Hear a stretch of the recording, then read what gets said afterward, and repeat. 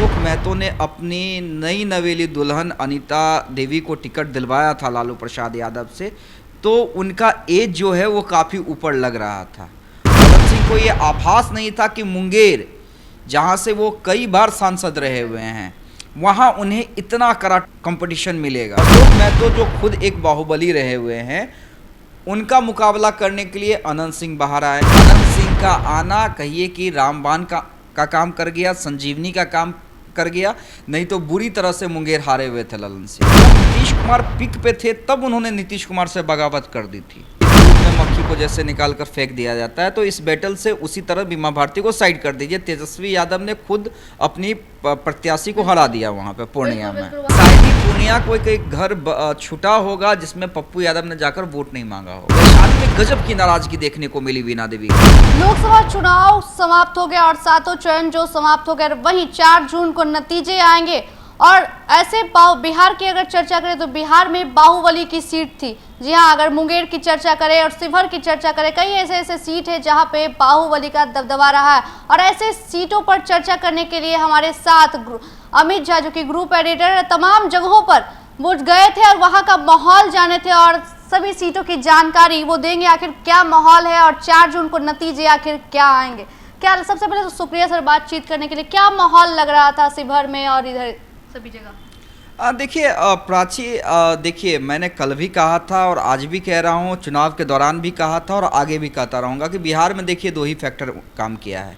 एक तेजस्वी का रोजगार का मामला, दूसरा मोदी ने जो फ्री राशन दिया है, जो योजना चलाई है, वही 2 मुद्दों के बीच में लड़ाई थी। और नाराज़गी लोकल सांसद को लेकर थी, जिसका बखूबी लाभ कई निर्दलियों को भी हुआ। अब आप जिस टॉपिक पे स्पेसिफिकली बात करना चाह रही हैं कि बाहुबली जिन जिन सीटों पर खड़े थे या जिनके परिवार के लोग खड़े थे, उन सीटों की क्या स्थिति है, तो चलिए पहले मुंगेर से शुरुआत कर लेते हैं। देखिए मुंगेर में लड़ाई थी, ललन सिंह के खिलाफ नाराज़गी थी लोगों में।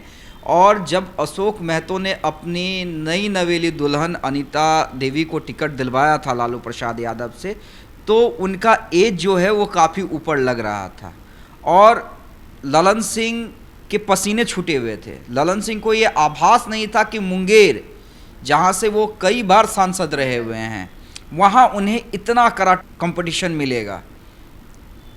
क्योंकि कहीं ना कहीं लोगों में नाराज़गी थी। नाराज़गी इस बात से जो उनका अक्खर रवैया है ना ललन सिंह का। देखिए ऐसा नहीं है कि ललन सिंह ने काम नहीं किया है, ललन सिंह ने काम किया है, लेकिन एक जो उनका रवैया है कि किसी से जल्दी घुल मिल नहीं पाते हैं, थोड़ा बंधे बंधे रहते हैं। बड़े नेताओं में शुमार हैं, जेडीयू के राष्ट्रीय अध्यक्ष रह चुके हैं और आने वाले दिनों में जो मेरी जानकारी है फिर से राष्ट्रीय अध्यक्ष बनने वाले हैं। फिर से खैर चलिए वो इलेक्शन के बाद उन सब चीज़ों पे चर्चा करेंगे। हाँ, लेकिन सवाल ये है कि अब देखिए अनंत सिंह जेल से बाहर आए और अनंत जो दूसरे बाहुबली हैं, यानी अशोक महतो जो खुद एक बाहुबली रहे हुए हैं, उनका मुकाबला करने के लिए अनंत सिंह बाहर आए। हालांकि ये कोर्ट का डिसीजन था, पेरोल पे बाहर आए, जमीनी विवाद को लेकर बाहर आए, 15 दिन का पेरोल था। लेकिन अनंत सिंह का आना फ़ायदा कर गया, बहुत फ़ायदा कर गया।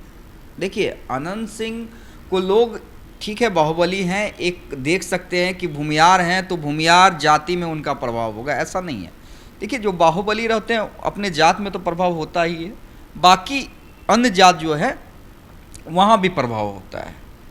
ऐसे ही नहीं जेल से रहते हुए निर्दलीय चुनाव जीत गए थे। मतलब अनंत सिंह बाहर निकले इसलिए ललन सिंह को बड़ा फायदा और जीत कहीं ना कहीं आसार दिख रहा है। देखिए जीत तो रहे हैं लेकिन मार्जिन बहुत कम रहेगा। ऐसा नहीं है कि अशोक महतो अनंत सिंह के आने के बाद भी पूरे हवा हो गए, ऐसा नहीं है। लेकिन अनंत सिंह ने कहा था 3 से 4 लाख वोट। नहीं, कोई 3 से 4 लाख नहीं जीतने जा रहे हैं। नहीं। मुंगेर 3 से 4 लाख नहीं जीतने जा रहे हैं। स्टाम्प पेपर पे लिख लीजिए, जीत ललन सिंह की होगी।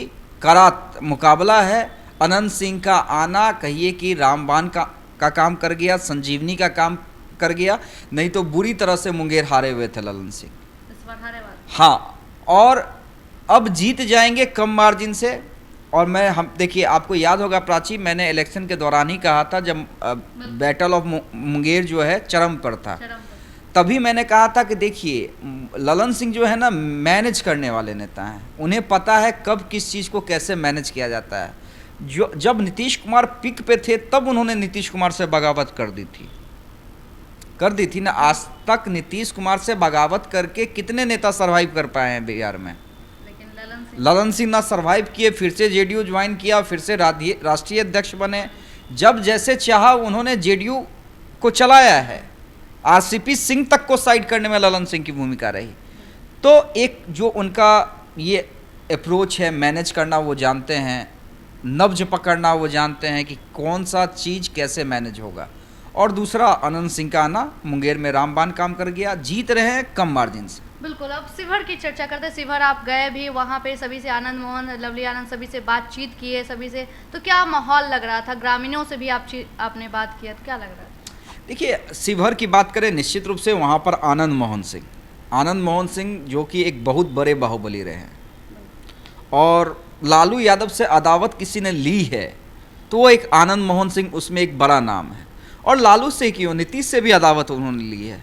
वो तो दोनों के मारे हुए हैं, लालू के जितने मारे हुए हैं नीतीश के भी मारे हुए हैं। लेकिन देखिए राजनीति में कहते हैं ना कोई परमानेंट दोस्त होता है ना कोई दुश्मन होता है। बाहर आए, उसी नीतीश कुमार की जेल से बाहर निकालने में भूमिका रही। बाहर आए वही नीतीश कुमार ने पत्नी लवली आनंद को फिर से टिकट दिया। तो वैसे भी कि लड़ाई देखिए, लवली आनंद ठीक है, मैदान में तो रितु जायसवाल के सामने लवली आनंद उनकी पत्नी ही खड़ी थी, लेकिन असली लड़ाई एक तरफ से तेजस्वी यादव लड़ रहे थे तो दूसरी तरफ से आनंद मोहन लड़ रहे थे। तेजस्वी यादव इसलिए क्योंकि वोटिंग के दौरान जिस तरह से आनंद मोहन के जो बेटे हैं चेतन आनंद आरजेडी छोड़ जेडीयू खेमे में चले गए, सरकार के पक्ष में चले गए वोटिंग की, तो कहीं ना कहीं तेजस्वी लगातार कैंप किए हुए थे। और रितु जायसवाल को जिताने के लिए एरी चोटी का जोड़ लगा दिया था। न सिर्फ तेजस्वी यादव, मुकेश सहनी, जो भी इंडिया गठबंधन के तमाम बड़े नेता हैं, शीर्ष के नेता हैं, वो कैंप किए हुए थे। और दूसरी तरफ से आनंद मोहन थे। प्रधानमंत्री ने भी जिक्र किया था लवली आनंद, बिल्कुल जिक्र किया था। हालांकि वहाँ पर शिवहर में सभा नहीं हुई थी, बगल के मोतिहारी में हाँ सभा हुई थी, लेकिन कहा था कि बहन लवली आनंद को जिताना है, तो उसका भी फायदा मिला। नीतीश कुमार का वोट बैंक देखिए, नीतीश कुमार का वोट बैंक भी शिवहर में काम किया है। नीतीश कुमार का वोट जो है वो जेडीयू को एक तरफा मिला है। और एक आनंद मोहन का जो क्षेत्र में काम किया हुआ खुद का है, कम समय के लिए जब वो सांसद थे, तो आनंद मोहन का भी काम किया हुआ। और यहाँ भी मैं देखिए मुंगेर की तरह यहाँ भी रिजल्ट देख रहा हूँ कि लवली आनंद जीतेंगी, मार्जिन 50,000 से ज़्यादा का नहीं रहेगा। और पूर्णिया की बात करते हैं, पूर्णिया में भी आप गए थे और वहाँ पे पप्पू यादव का जो जनसैलाब देखने को मिला, और वहाँ पे जो माहौल क्या लग रहा है? वह बीमा भारती थी और संतोष कुशवाहा थे, क्या लग रहा है? देखिए बीमा भारती की तो बात ही मत कीजिए, बीमा भारती तो रेस में ही नहीं थी। शायद ही कोई ऐसा, मतलब अगर हम 100 आदमी से बात कर रहे थे तो 99 आदमी पप्पू यादव, संतोष कुशवाहा नहीं, पप्पू यादव और मोदी, और एक आदमी बीमा भारती कह रहा था। तो बीमा भारती को साइड कर दीजिए। जैसे कहते हैं ना कि दूध में मक्खी को जैसे निकाल कर फेंक दिया जाता है, तो इस बैटल से उसी तरह बीमा भारती को साइड कर दीजिए। तेजस्वी यादव ने खुद अपनी प्रत्याशी को हरा दिया वहाँ पे पूर्णिया में। वहाँ पे सभा के दौरान उन्होंने कहा था एनडीए ने तो इंडिया, लेकिन पप्पू यादव को उन्होंने साइड किया था वहाँ पे। हाँ, लेकिन बीमा भारती रेस से बाहर हो गई। अब देखिए पप्पू यादव जो चुनाव के 3 दिनों पहले तक लग रहा था कि पप्पू यादव जो हैं वो 1.5 से 2 लाख कम से कम वोट से जीतेंगे, कम से कम। लेकिन मोदी के आने के बाद जो मोदी के सभा में थोड़ी बहुत पप्पू यादव के समर्थकों ने बदसलूकी की सम्राट चौधरी के साथ, तो उसका खामियाजा पप्पू यादव को भुगतना पड़ा है। लेकिन अब भी देखिए कई राजनीतिक विश्लेषकों को मैं सुन रहा था, वो कह रहे हैं संतोष कुशवाहा, मतलब क्लियर विन दे रहे हैं संतोष कुशवाहा।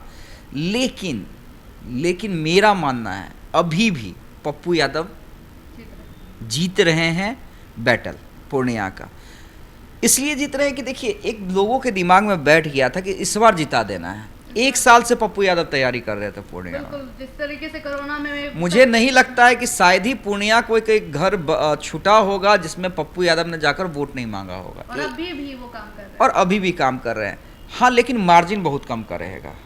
मतलब इस बार जीतेंगे तो, लेकिन मार्जिन इस बार सभी का कम रहेगा, ये क्या? नहीं, सभी का कम नहीं रहेगा। 40 सीट की मैं बात ही नहीं कर रहा हूँ, मैं ये 3 सीटों की जो बात कर रहा हूँ उसमें भी अगर पप्पू यादव जीतते हैं तो मार्जिन देखिए 30 से 50 हज़ार के बीच में रहेगा। और ये रिवर्स भी हो सकता है। और अगर संतोष कुशवाहा जीतते हैं तो 5 से 10 हज़ार, 5 से 10 हजार, मात्र 5 से 10 हज़ार, 1,000 भी हो सकता है, 1 वोट भी हो सकता है। लेकिन जो मेरा, क्योंकि ये देखिए मैं इसलिए थोड़ा कन्फ्यूज हुआ क्योंकि तमाम जो राजनीतिक विश्लेषक हैं वो कह रहे हैं कि संतोष कुशवाहा जीत रहे हैं, लेकिन अभी भी मेरा मानना है, जो मैंने ग्राउंड पे रिपोर्टिंग की है, जो मैंने लोगों से बात की, पप्पू यादव सीट निकाल रहे हैं पूर्णिया पप्पू यादव सीट निकाल रहे हैं। चलिए बहुत बहुत। एक सीट आप भूल रहे हैं बाहुबली की, वैशाली में मुन्ना शुक्ला। बिल्कुल बिल्कुल। हाँ, तो चलिए मुन्ना शुक्ला पे भी बात कर लेते हैं। निश्चित रूप से देखिए, मुन्ना शुक्ला को टिकट देना लालू प्रसाद यादव ने तुरुप का इक्का फेंका था वैशाली में, और नो डाउट मुन्ना शुक्ला ने लड़ाई अच्छी लड़ी, और वीणा देवी के लिए जो नाराज़गी थी, वैसे कहीं नाराज़गी मैंने चिराग के कैंडिडेट के लिए देखी नहीं, चाहे वो खुद चिराग पासवान चुनाव लड़ रहे हों, चाहे उनके जीजा चुनाव लड़ रहे हों जमुई से, थोड़ा बहुत बारी भीतरी हुआ, जमाई राजा हुआ, लेकिन बाद में लोगों ने स्वीकारा, ठीक है, चिराग के जीजा जी को स्वीकारा। सांभवी में भी भारी भीतरी हुआ, लेकिन बाद में समस्तीपुर की जनता ने सांभवी को स्वीकारा। खगड़िया में भी भारी भीतरी हुआ, लेकिन राजेश वर्मा को स्वीकारा। लेकिन वैशाली में गजब की नाराज़गी देखने को मिली वीणा देवी के लिए, जो जिनके पति दिनेश सिंह, जिनके पास पैसा भी है, बाहुबल भी है। देखिए, ऐसा नहीं है कि बाहुबल सिर्फ मुन्ना शुक्ला के पास है, दिनेश सिंह के पास नहीं है। हाँ, दिनेश सिंह के पास भी खूब बाहुबल है, और पैसे के मामले में मुन्ना शुक्ला से कई कोसों आगे हैं वो, ठीक है।